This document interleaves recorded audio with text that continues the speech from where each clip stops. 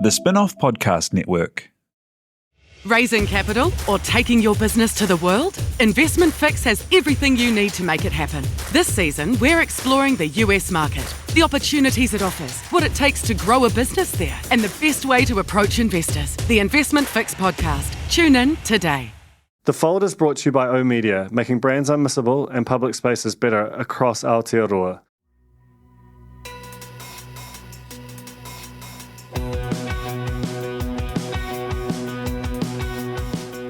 No mai, hoki mai ki a The Fold, e mihi nei ko Duncan Greive tōku ingoa. My guest this week is Guy Montgomery, who is a stand-up comic. You've probably heard of him. And he's now the host, showrunner, creator of Guy Mont-Spelling Bee, which is a sort of like a panel show, hour long, very broad, plays at 7:30 p.m. that he sort of came up with during lockdown, has now become a TV show, but also has a lot more legs. So those are the sort of two strands of his current career. But I've sort of known Guy for probably about 10 years. I wrote a feature about The Worst Idea of All Time, the podcast that he did with Tim Batt, where they watched Grown Ups 2 every week for seemingly years. And I've always found him a very sort of original and funny comedian. Not you know, that should be a prereq for being a comic, but as he sort of talks about, sometimes other things can get in the way.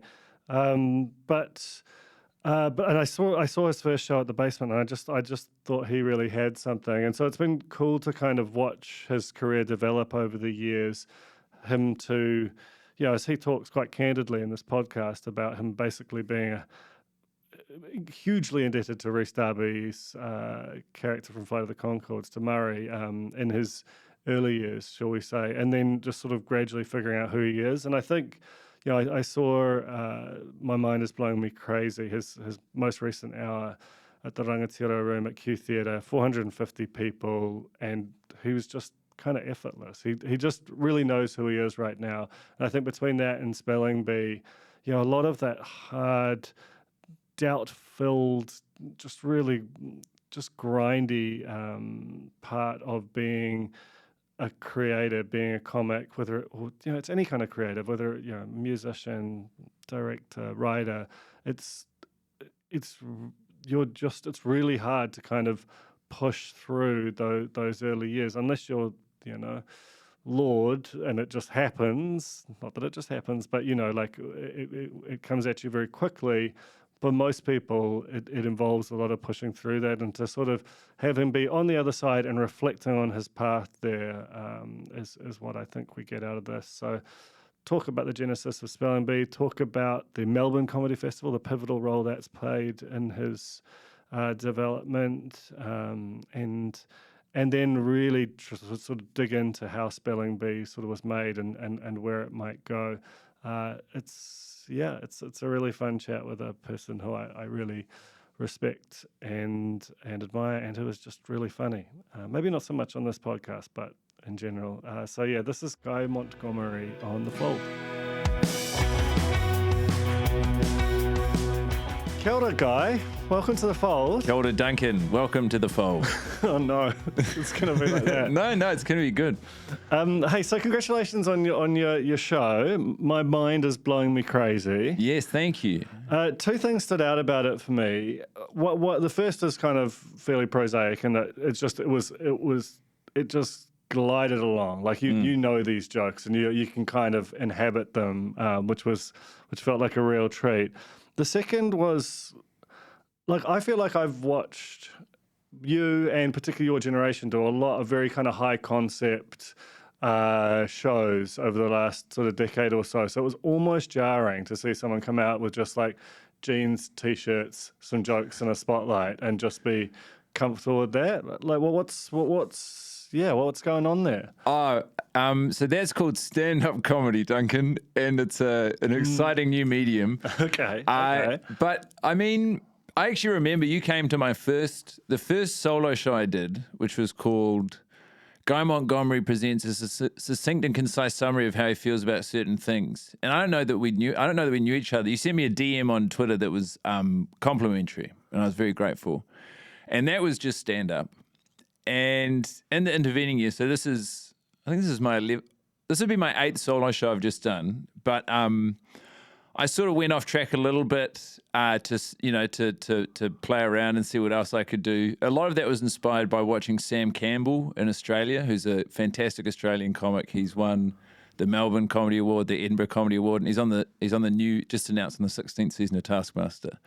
But he's sort of, he's a generational talent, and so he's sort of, I think his influence reached after a bunch of us first went over to the Melbourne Comedy Festival. A lot of people were like, oh wow, it can be anything, and so I came back and played around with that a little bit. And then the longer I've been going, the more I've been like, other people there's a lot more incorporation of multimedia and sort of character elements and other things, and the draw or the pull for me has just been back to doing stand up. I love the setup. I love that I could walk out of this room and onto the stage and just do my job and walk off. Like, I like that you can show up to work with just a phone and your wallet and keys in your pockets and take them out, and then you can do it. I don't have to clean anything up after the show. And it's something I've worked really hard to get really good at, and I like that I'm really good at it, and I like being able to share that and to show people that. Yeah, there was this kind of confidence, I guess, about it both just presentationally and just the whole show. Like you sort of know who you are as a comic at this point in your career. There's definitely that just comes with time. I think that's true of any creative pursuit where you do settle into your voice, and naturally when you start, there's I can't even remember who wrote it. There's a Phaidon, it's Phaidon. They publish nice books, big fancy, but and there's some little ones too, some little fancy books. And there's one called Steal Like an Artist, and I sort of read it after I'd started doing it. But basically, it's like when you're starting, you're just pulling from every single influence and resource you can to try and forge your own voice through it. So when I first started, I was in Canada. And this was not long after Concords had blown up, and I was writing my own jokes, which weren't very good, but I was performing them essentially as Rhys Darby, which delivered a certain confidence or persuasiveness to the audience that sort of tricked them into being like, oh yeah, this guy sort of has something. And especially because I was a New Zealander in Canada, that's the only cultural reference point apart from Lord of the Rings. That's right. At the time, it was right in the zeitgeist. So, they probably just thought this is how New Zealanders are. And so, but through the years, I've stolen from like Peter Cook and Norm Macdonald, and sort of, it's not a hugely disparate resource pool. It's just basically fellas I find funny. And through all of that, with time, has emerged, I think, a stronger sense of self on stage. I wouldn't be able to describe it in a sentence, but I think I can just sort of, my goal has always been to be able to say a sentence with nothing funny in it and make people laugh. I think you achieved that. Thank you. A few times. Were you conscious of, because that Rhys Darby thing, like I never watched Concords still to this day. Yeah, I mean, or I did, but I basically took an instinctive dislike to the Rhys Darby character. Sorry if you somehow have the misfortune of listening to this, Rhys. It's not personal. It's just the character grated on me. Were you aware that you were doing that? Like, to an extent, yes. I mean, it's not just the voice in terms of your comedic identity that I was finding. It's also the physical voice with which I would speak on stage. That has taken a long time to even really get closer to my actual speaking voice. And I'm not in total control of that. Like it would modulate. If I was nervous, it would modulate, It would get racier. Yeah. And with time, it's sort of flattened out and become more of my own voice. But also, and then there's things like, Norm Macdonald has a very folksy sort of rhythm, and there's a few words. He obviously knows how to pronounce all the words, but sort of just, mispronounces a few words. And so, like, taking parts of that and sort of Frankensteining my own version of, like, the more you overlay all these influences, the more your own voice will emerge. So long as you are working hard and keep pushing forwards, your voice will emerge through it all. And so, I mean, it's gratifying to hear you be like, oh, it feels like you've got a sense of comic identity, because I feel like I do, and I feel like I've worked for it. Well, and I also think people now know exactly what they're going to get when they go to a Guy Mont show, and there's like a lot of them now. I mean, you were selling out Rangatira, which is a big room, you know, like what 450 odd Yeah. people, and I mean, just in terms of the technical elements of it, like how does that work? Like, do you book that and just hope, or do you have some kind of data that tells you you're good to go with that? Like, It's is there a science there? There's a little bit of everything, but mostly I have a fantastic manager now who's an Australian woman named Beck. And she sort of is very good at pushing her clients, in this case me, and sort of being like, I think this is what we're capable of. If you're, I have confidence that we can do this if you want to pursue it. And nearly always I'll say yes. So it's you're trying to grow all the time and grow your audience. And it does feel now, it's interesting in New Zealand, it's been a bit stop-starty because of, there was a pandemic the last couple of years. So. And there was like no festival last year, but there was a festival the year before, but there was no festival the year before that. And so to get a through line of audience growth has been challenging. And even with the festival the year before, you wouldn't have had international. So No. like it's been a while since we had a normal one. And so it's, and also, I mean, there's a massive, like, going out to watch a show is a luxury right now in New Zealand. And so that sort of is a challenge, but that's all ancillary to the question you asked, which is like, is there a science behind it? To an extent, there is. You probably will try and book yourself into a room that feels like it might be a little bit too big. In this case, I've done Rangatira before, but I hadn't done 4 nights. And so that was the new challenge. And it worked. So congratulations on that. And it was kind of capped off this like quite a great run of shows for you, I think. Yeah. Between Melbourne, Sydney, Adelaide. Let's talk about Beck, because, it does feel like having good management that sort of gets you and can plan for you can be quite transformative for any kind of, any of the solo creative pursuits, I guess. Well, she occupies an unusual space across Australia, maybe less so because everything's a little bit, it's bigger. They're a little bit more advanced over there. But, she's filling a need, I think, for New Zealand stand-up comedians specifically, who's like want to look at live performance as a bread and butter or primary source of income, and their most strident creative pursuit.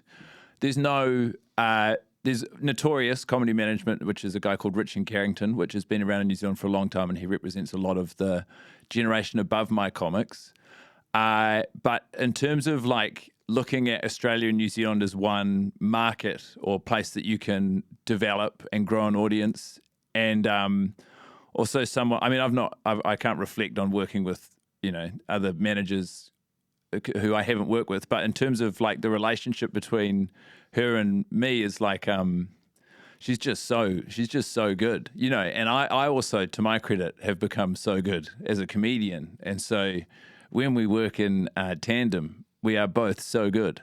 And that, it makes almost, I don't know if it creates something greater than the sum of its parts, but it means that there's no one has had the vision to sort of, or just the confidence maybe to encourage me and, some of our other clients to do what she's telling us we can do and helping us do. And she, she does. Ursula Carlson was her first big client. And Ursula Carlson, I don't know if you've had her on the podcast, but she's, as a stand-up comedian in New Zealand, she's like the dream business model. Like, she is a monster. And, if you look to someone like that and you think, wow, that's feasible.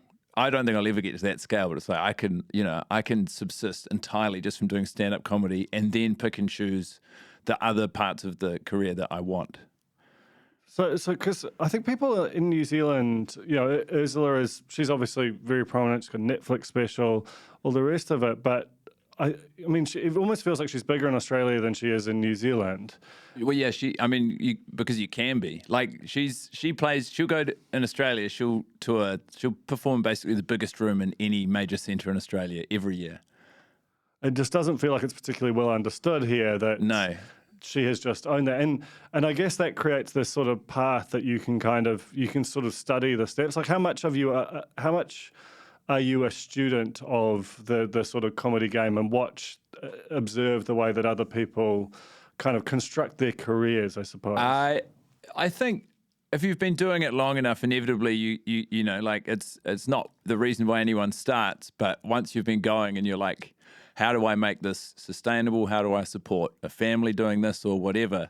You do start to look to other comedians, and they don't even need to be creative inspirations or, like, you know, perfectly simpatico in terms of comedic style, but just like, how do you build a sustainable career out of this? And you do wind up sort of like, you know, like I say, she is I would say the standard bearer for what you could achieve in this part of the world by doing stand up. I think at the same time, you look at other comedians who maybe you think are the fun, you know, like, it's a funny thing as an industry. There'll be people you're friends with or comics you think are the funniest comedians in the world, and they stagnate, or like their career doesn't get turbocharged the way that you think it should, or some of them probably feel is due. And it's not a total meritocracy. Like, it's not always fair, but some of those, you know, it is also, the longer you're around, the more that you, beyond the comedy and making friends and trying to be funny, the more you do notice, like, the grisly bits of the industry, or like if you're chopping it open and looking at the nerve center of how it all functions. And I don't really have a deep understanding of that. I have, as it relates to me, a cursory enough of an understanding to know what I want to do and how it works. I mean, for me, my goal was always to be fun. Like, you know, it's obviously beyond being funny, the goal is to be able to sustain yourself from doing stand-up comedy. But across all the facets of my career, the dream has always been, and this is what makes working with Beck such a delight, and having management that pushes you and takes care of so much of the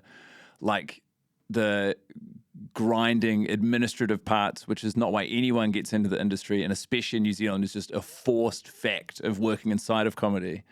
I've just wanted to show up and be funny the whole time. And so the closer I get to that creative ideal, the more I feel like it frees you to actually be able to reach for new heights creatively.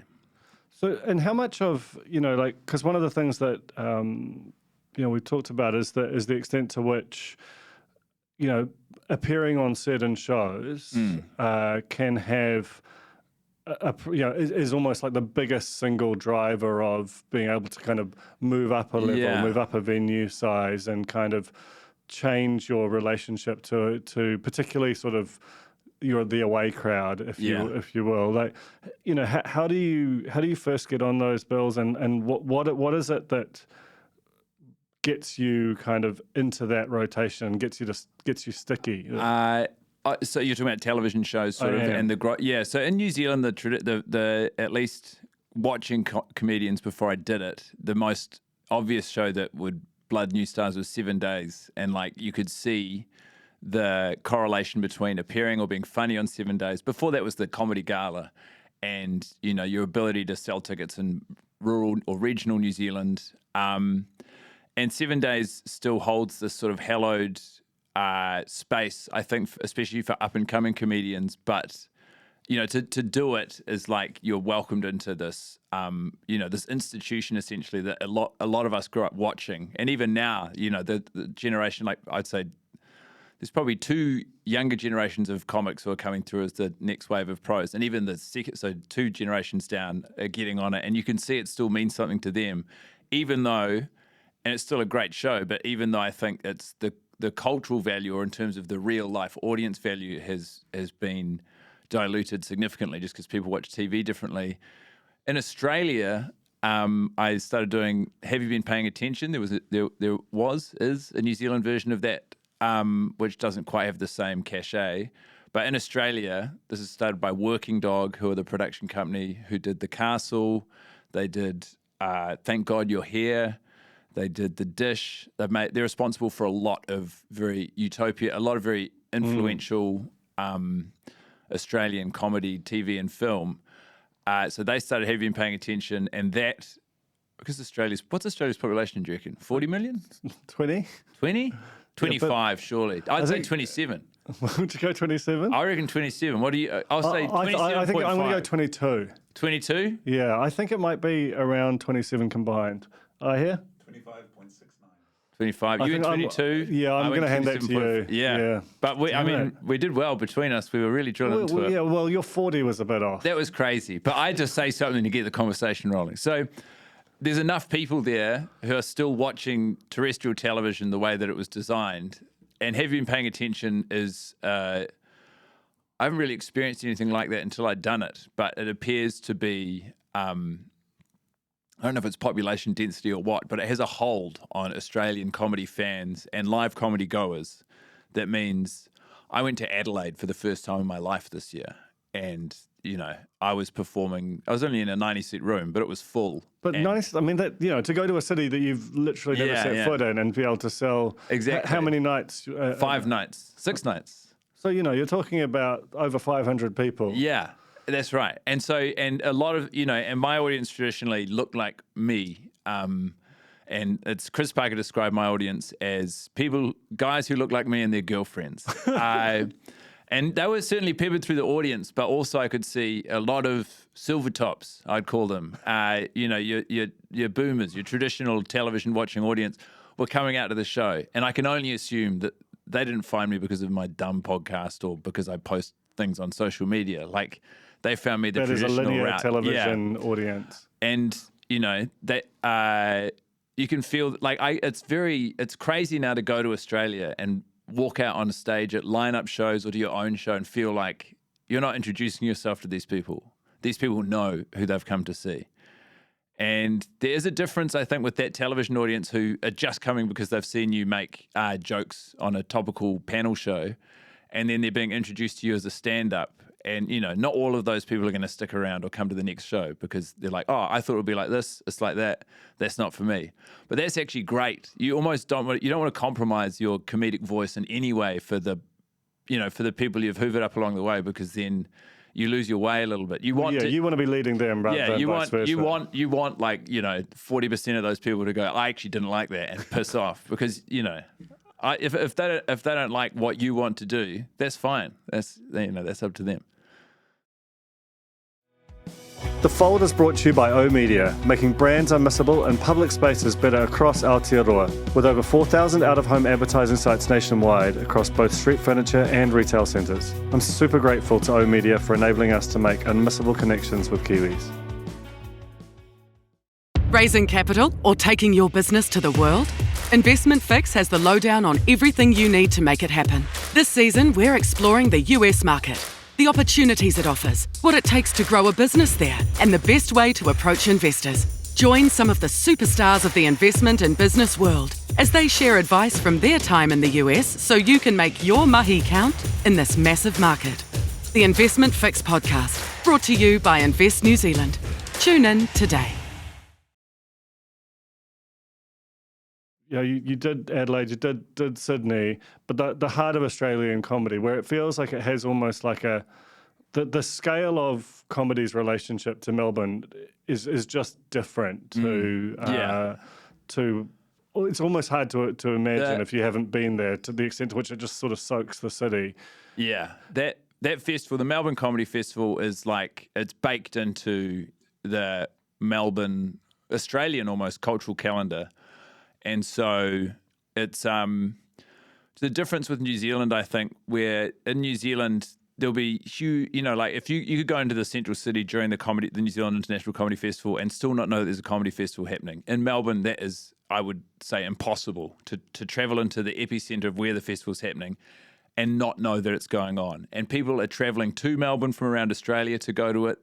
They're packing out, a week's worth of shows. They plan a yearly trip to Melbourne around this festival. It is, I think it's the three biggest comedy festivals in the world are the Edinburgh Fringe, which is obviously open access, but also becoming exorbitant, like impossibly expensive, especially, well, for everyone, but especially from New Zealand. It no longer feels like necessarily sensible or logical choice to go over and try it.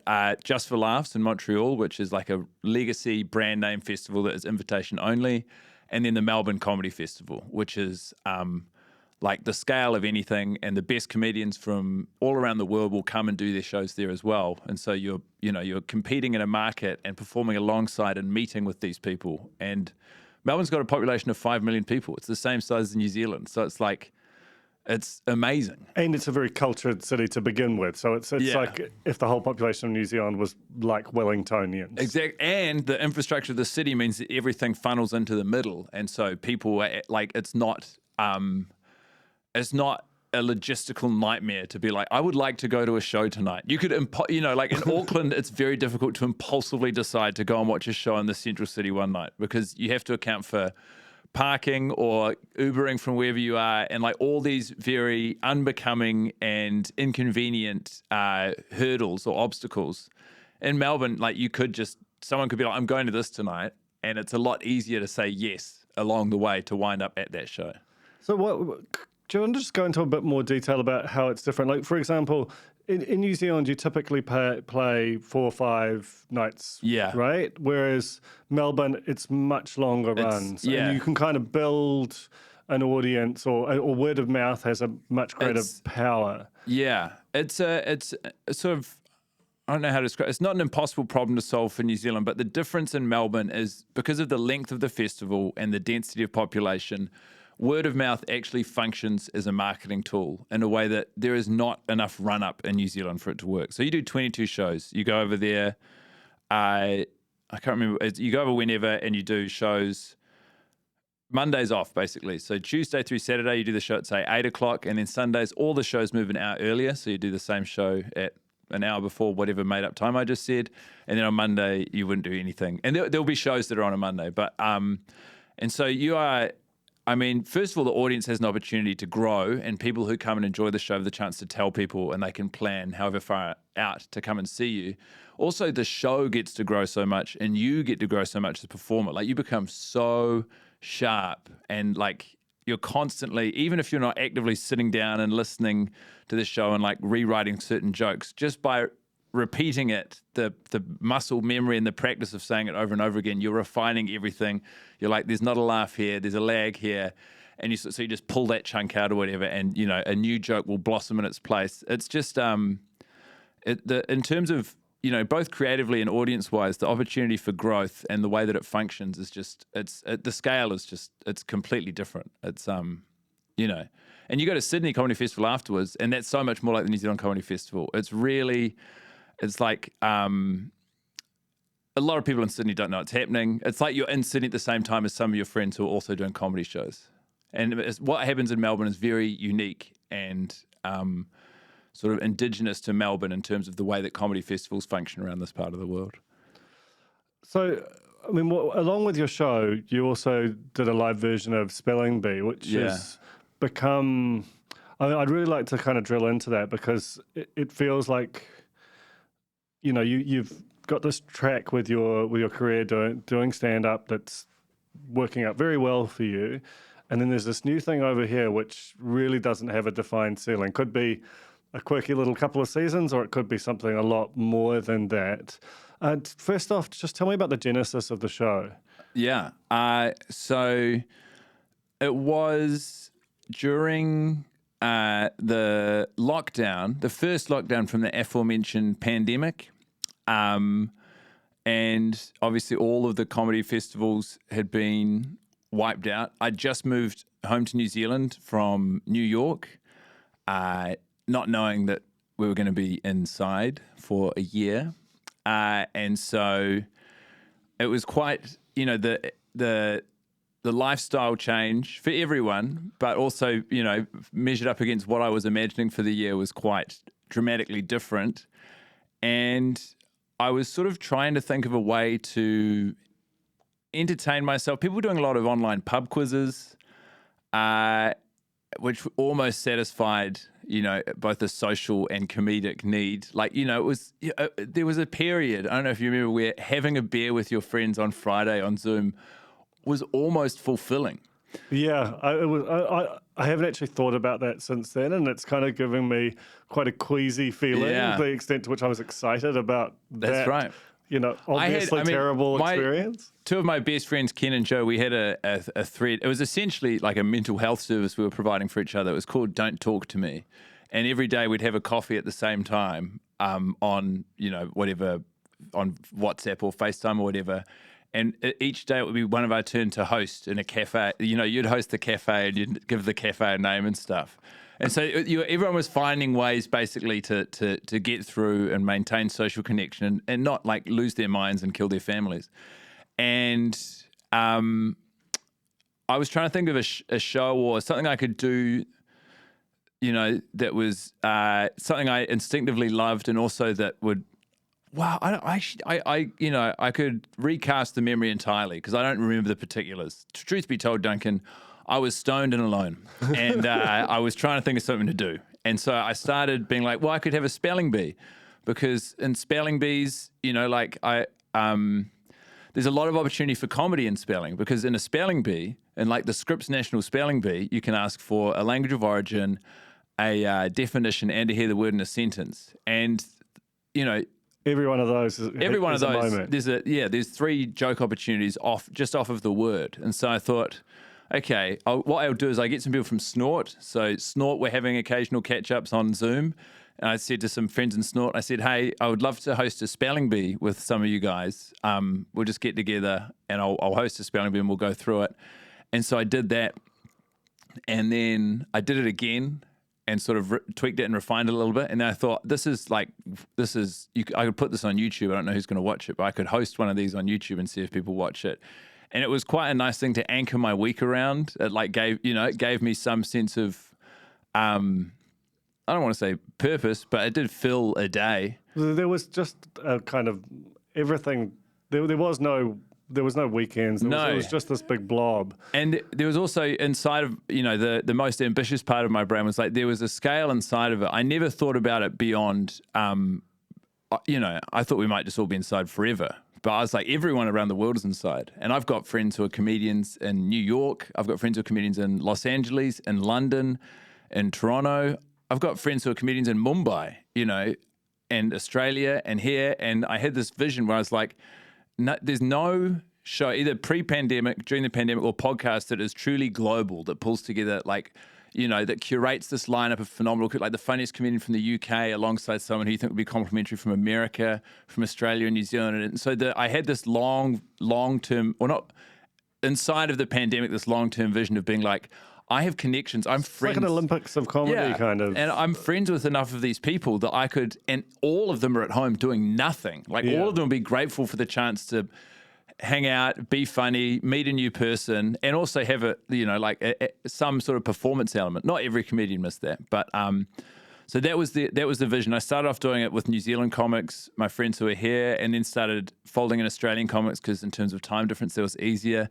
And then started reaching out as far as like American comics, and had started booking as far ahead as getting like UK comics, and sort of was starting to do this. And then I think I made 6 of them, and George Floyd got murdered in America, and then the Black Lives Matter movement exploded, and it suddenly felt very odd.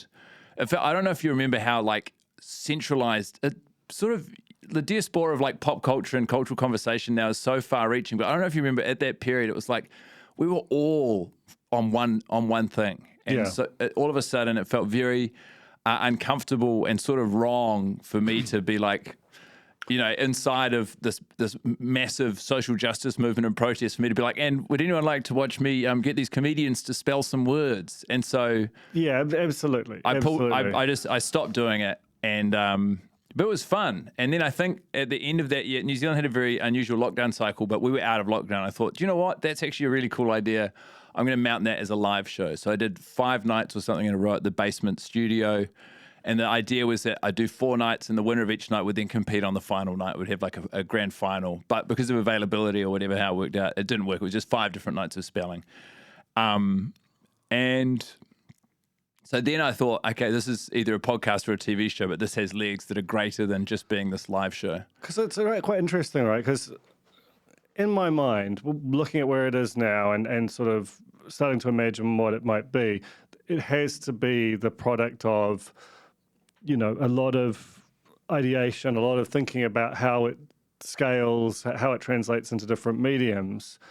But what you're saying is it is just stoned, lonely lockdown. Yes, at its start, but doing it and how much fun I had doing it and the way people responded to it. And also, I've talked to my therapist over the last year a lot about, I have a very poor perception of my own work ethic and self-discipline. Well, you think you underrate it. I constantly think I have very poor work ethic and I'm lazy. And to an extent, I still believe that to be true, even though I'm being coached out of saying that about myself. But there is inside of all of it, I think it's because I don't ascribe the same value to the work I do that I enjoy to the idea of like grinding through something that is hard. Yeah. But also, I mean, if you look at, my mind is blowing me crazy. There's large chunks of that which required you wandering around the city stoned, just kind of being bored effectively. Yeah. And you can't just force that. Like it has to have a certain looseness to it. Yeah, and it's acknowledging. I think it's beyond my own belief that deliberately being bored or living the life I do. It's a very hard thing to explain to your parents.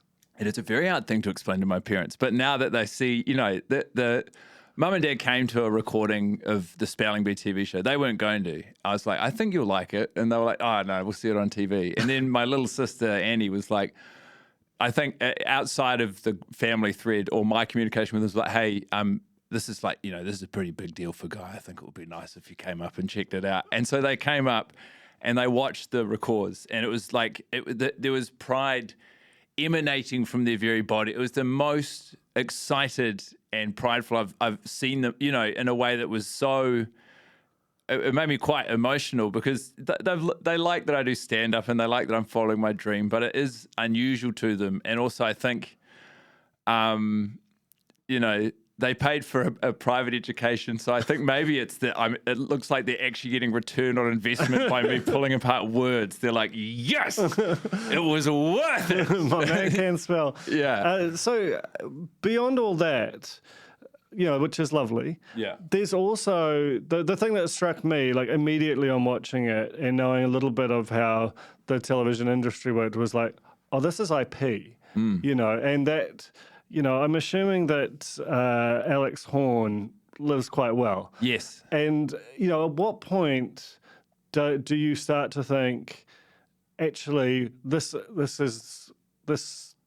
is a fun thing to do, this is a good live show, this might even be a New Zealand TV show, to that next layer of this thing can be bundled, and that original idea of the Olympics of comedy could, my shorthand, could really be a thing. Well, so I was lucky enough to do Taskmaster New Zealand, and I was already a Taskmaster fan.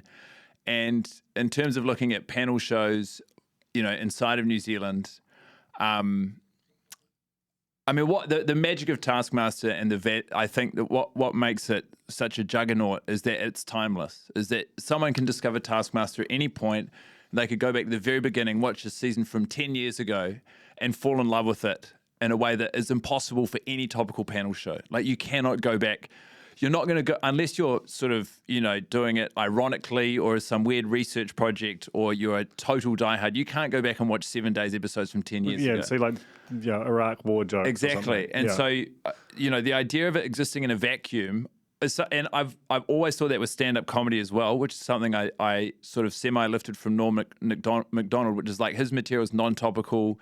All of it's meant to be able to exist in a vacuum. Like a true timeless joke is something that can be funny 50 years from now. And so if your jokes are all responsive, you can really capture the zeitgeist and build a huge audience that way and whatever, but the value diminishes over time. And so I've always been obsessed by that idea. Taskmaster fulfills that brief.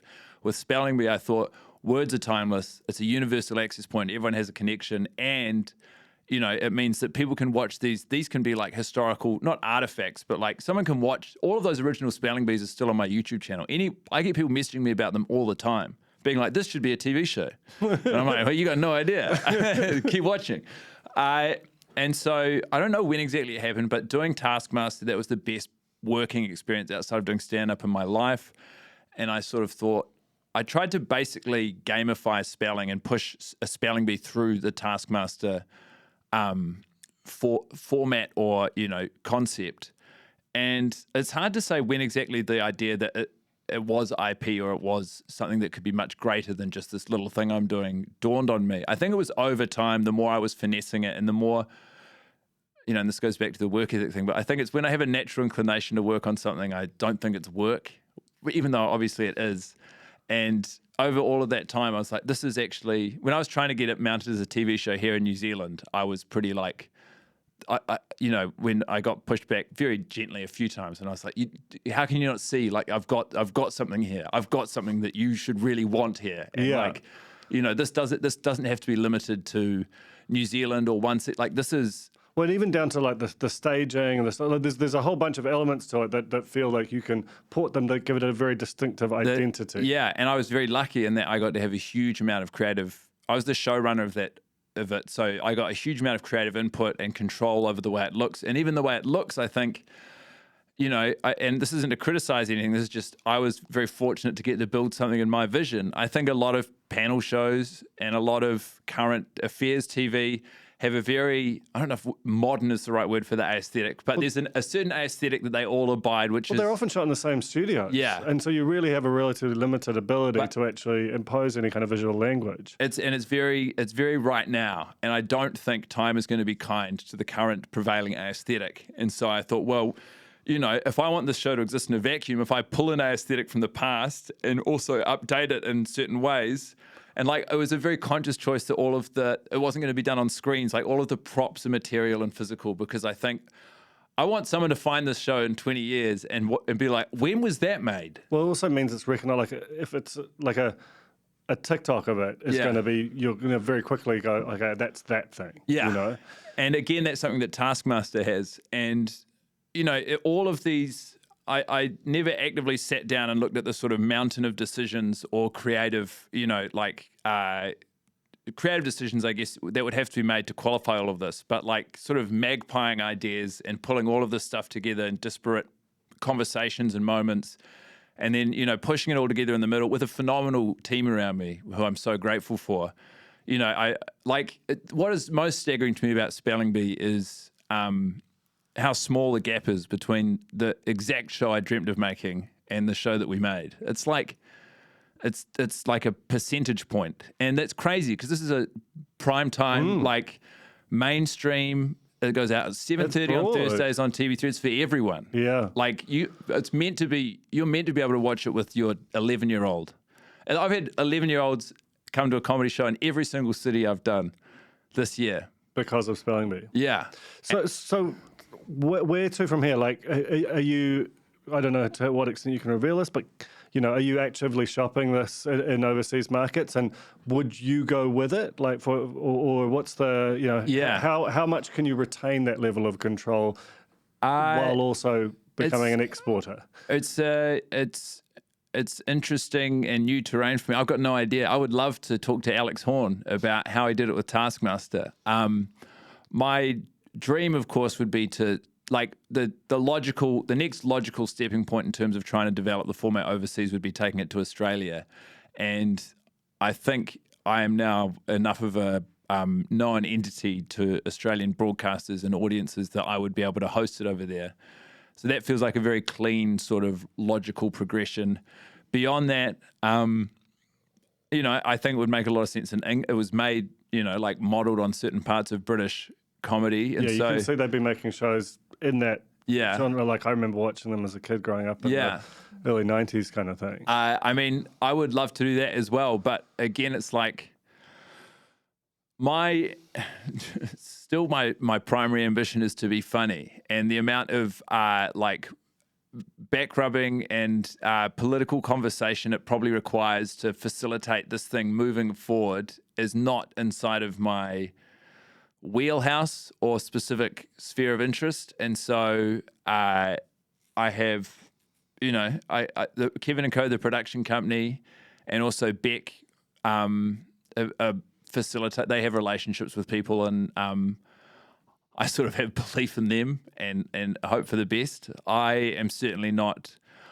The main way I'm driving the idea of this show working in these places, I did like 5 in Melbourne in a 350-seat room this year, and they were absolutely electric. Like, it was crazy. And I was getting the best comedians who were in the festival to come and do them. Did you have people in the audience? Yeah, and there are producers and networks are coming to watch those. And so the way I see my responsibility inside of this is like, show them an undeniable product and make them want it. On that. And that's the stuff that's inside of my control.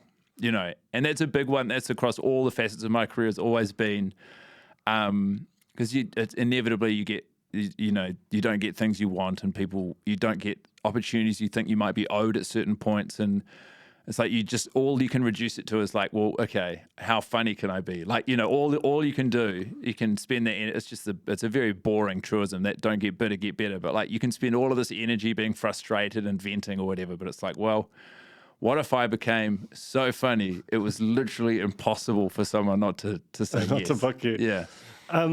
So we're conscious that you've got we've both got dueling outs here. I'm pretty sure mine's just a little bit before minute before yours. from what you said, I think. Yeah, that just from memory.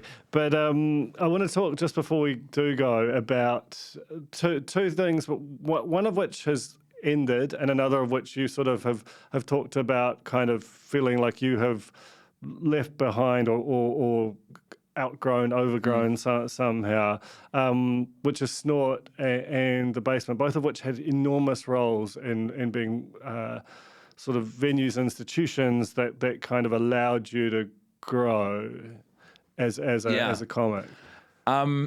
Yeah, I mean, Snort, which is an improvised comedy show that was started 10 years ago with a lot of my generation of comedians, and its home was The Basement. So yeah, that was Donna Brookbanks, Eli Mathewson, and Eddie Dever basically started Snort from Christchurch, having been part of the Scared Scriptless with the Court Jesters they saw, and we were all pretty young with a lot of time on our hands and still very ambitious. Not to say that ambition's dimmed, but to give away every Friday night of a year was not the same sort of trade that it is now. And so the initial run was meant to be 4 weeks through September, and all the shows were full, and it was really fun, and there was a certain alchemy or natural chemistry that formed. And I think, I don't know if Snort asked or if The Basement extended an offer for it to keep going. And so it's sort of just like turbocharged a lot of our creative relationships with each other, and also, formed this umbrella under which we could all, as a group, introduce ourselves, but individually inside of that group, introduce ourselves to audiences. And you're just working out, like you're going to get funnier by just doing it over and over again. And over, forever. Yeah. And so at the same time, Snort started in, I think it must have been 2014, which is the same year I did my first solo show. It was the year after I'd come back to New Zealand, I think at the end of 2013, after I spent a year doing stand-up comedy in Canada. And so I'd come back and I thought I was good, but I still couldn't get gigs really. And all of this stuff was sort of happening simultaneously, and it just propelled. And so the first show I did was actually that year that you came was at the Basement Theatre, and so I felt comfortable there because that was a performance space I'd spent a lot of time, in, and felt, rightly or wrongly, perhaps a sense of ownership of, or at least creative kinship to. And so I did my first show there.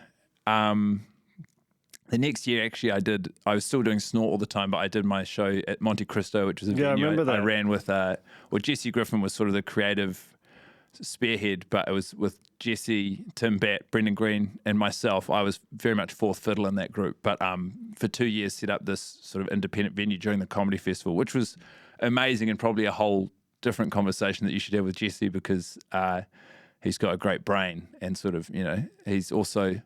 Wilson Dixon is like one of the funniest comedy creations ever in New Zealand. Him and Jackie are just a powerhouse together. Jackie Van Beek's his wife. But that's by the by. And so, over the years, sort of developing my voice and feeling very at home and welcome. And like the Basement was then reaching out, and there were stand-up comedy nights running in the studio on Friday. And it felt like a real hotbed for not just the people inside of Snort, but also by extension, other people who weren't part of Snort or who were, half a generation behind us comedically to come through and form their voices. And it was amazing. It felt like a real creative home. And as it grew or whatever, it's hard to pinpoint, when things change, but at some point, you get older. I guess it's every day, but we traditionally demarcate by every year. And it became harder for the people who were originally all doing the shows together to all be able to do the shows. And also, when we started, Snort was almost in a different cultural climate. Like, it was predominantly a bunch of white, improvisers and comedians. And we sort of started to reckon with that as we grew. And so the cast grew. The fact of it happening weekly while the culture is moving, you've got this thing that's solid, and having to respond to a culture which changed dramatically through that time is really fascinating. And we brought in Julie Zhu, who's still our fantastic producer, who's also helped grow the company and move it forward. And it just, every year we wound up having these meetings where we were saying like, well, what's the future of Snort and what do we want to do? And we never blooded it into a full-blown business. We didn't start like teaching improv underneath the banner of Snort the way that they did with UCB in America or whatever. And it sort of just became, it's still going and it's still amazing. And it's still sold out every Friday. You can go to the basement still and you can go and see Snort. But at some point during all of this, my own relationship to it was, it was something I didn't want to be driving or spearheading, or like, I still wanted to, basically I wanted everything I wanted and to not have to do anything I didn't want to do. So I just wanted to be able to show up when I was available and do the show. Yeah, you're like a bench player rather than a starter at this point. Exactly. And it's sort of, it's a hard thing to articulate, but at a certain point it felt like, even though we're still developing and growing new improvisers and there's this phenomenal new wave of comedic and improv talent coming through, it didn't feel like we were creating anything new or challenging ourselves or pushing it forward. And so it's a bit of a, piss or get off the pot or whatever the turn of phrase is, where it's like, if Snort just continues to occupy that 10 p.m. space in the basement every Friday, it's blocking generations of talent and the necessary new voices.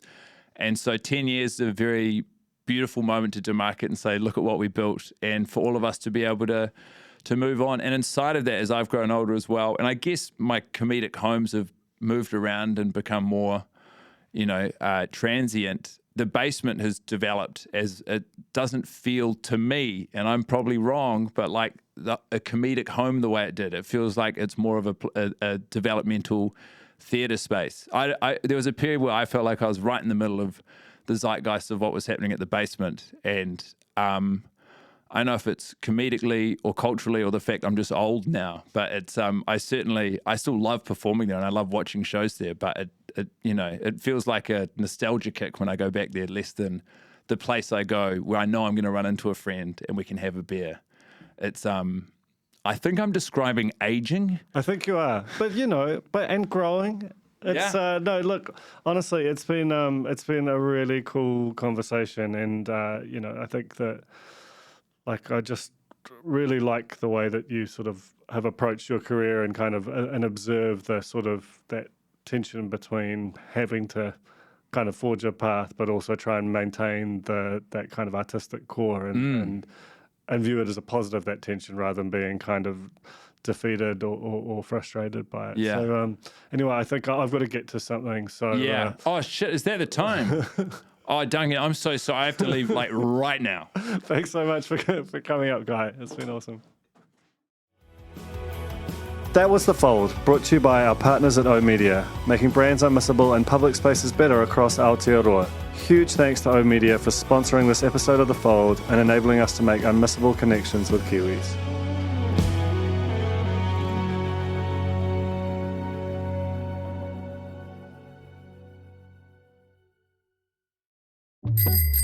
Ready to rediscover the joys of cycling? With over 300 kilometres of cycle paths across Tāmaki Makaurau, jumping on your bike and going for a ride is such a fun way to discover the city from a different perspective. cycling is getting more and more popular across Auckland, so now's a great time to join the hype and give cycling a go. Head to at.govt/cycling to find your nearest cycleway today. The Spin-off Podcast Network.